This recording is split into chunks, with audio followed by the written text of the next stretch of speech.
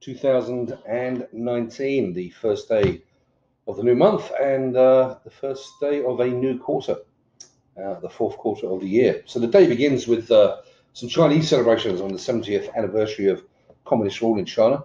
They are countered by some fairly dramatic protests in Hong Kong, which sees one demonstrator shot and injured.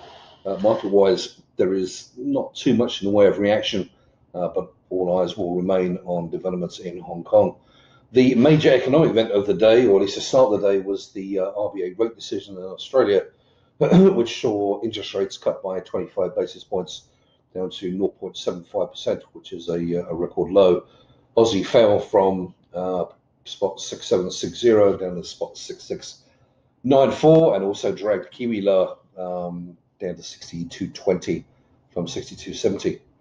Better risk sentiment despite events in Hong Kong. Saw dollar yen rally up to a high of 108.46 and saw gold drop all the way down to 14.59. Euro, at least during Asian and European times, remained fairly range bound against the dollar, beginning the US day at 109 and 122.90 respectively. As the US day begins, equity futures point to a slightly higher open for stocks, with the Dow futures up 50 points. Sterling starts to head a bit lower, down through 122.50 as some headlines about the Irish backstop, which has become a popular Brexit phrase. As traders sing rather nervous. The move continues down through 122.25 down to a low initially of 122.07.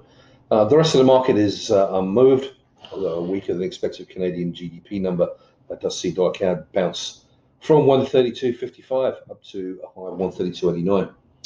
As equities open, Dow is up 100 points, and the dollar shows strength across the board. As mentioned, cable falls as low as 122.07. Euro fails to get back above 109, and dollar yen sits around 108.40.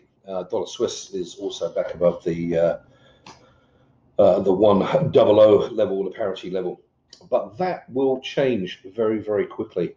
US ISM Manufacturing PMI data comes in a lot lower than expected at a reading of 47.8, which is a contractionary reading. Anything below 50 is a contractionary reading, and the weakest in 10 years. Fair to say equities drop like a rock. The Dow Jones reverses its gains and initially hits down 200 points. Euro spikes up to 109.35, and dollar yen falls to 107.70. Dollar Swiss drops all the way to 99.40, and gold makes it all the way back up to 14.83, a rally of over $20 in very quick time. Even sterling finds a 50-point bounce, heading back to 122.55. And not surprisingly, here comes the President Trump tweet blaming the Fed for a strong dollar, high interest rates, and therefore a weaker ISM reading. You knew that was going to come. Then we get a Brexit headline about the proposed Northern Irish backstop, and out of nowhere, sterling screams higher from 122.50 to 123.38 as a high, and then just as quickly that headline is denied by the EU, and back we drop down to 122.60. Fun times if you're a sterling trader. Made a comment a few times over the past few weeks about sterling. Out of all the major currencies, it is always the volatile one, and right now heading towards this October 31st deadline and all the uncertainty ahead of it, it is going to remain extremely volatile, and every headline is going to make it jump. So please, if you're trading it, keep that in mind. The Dow Jones, as we head towards the end of the day, sinks an extra 100 points just for good measure, as full-on risk aversion kicks in. And at that point, the market's pretty much had enough on the day, and things do die deaf a bit in the US afternoon.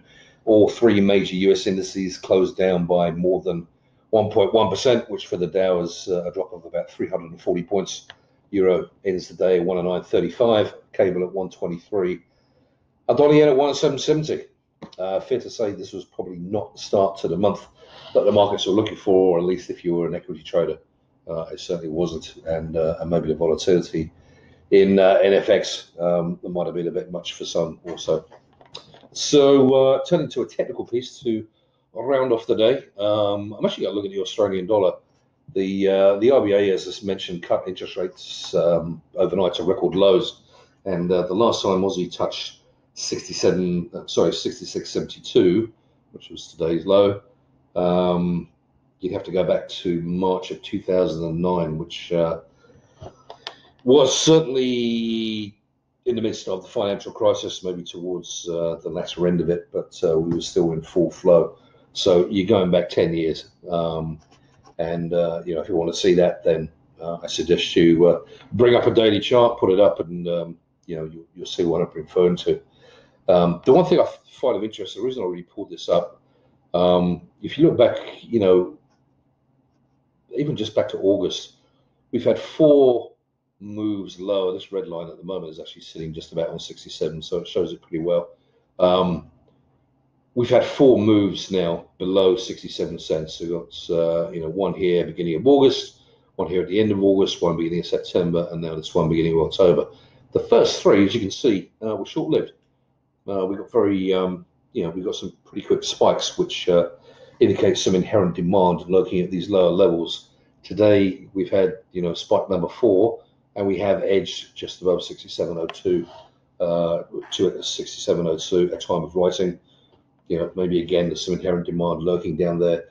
But there's some interesting times ahead here, because obviously if we don't get this bounce, if you do take and go look at your own daily charts, it's 63 cents is really the next major support level here, which obviously is a good 400 points below where we are now. So definitely going to be interesting to see how Aussie reacts from these levels. But something to keep an eye on. And with that, I shall bid you a good day. I hope you all had a successful start to the month, and look forward to speaking with you tomorrow. Cheers.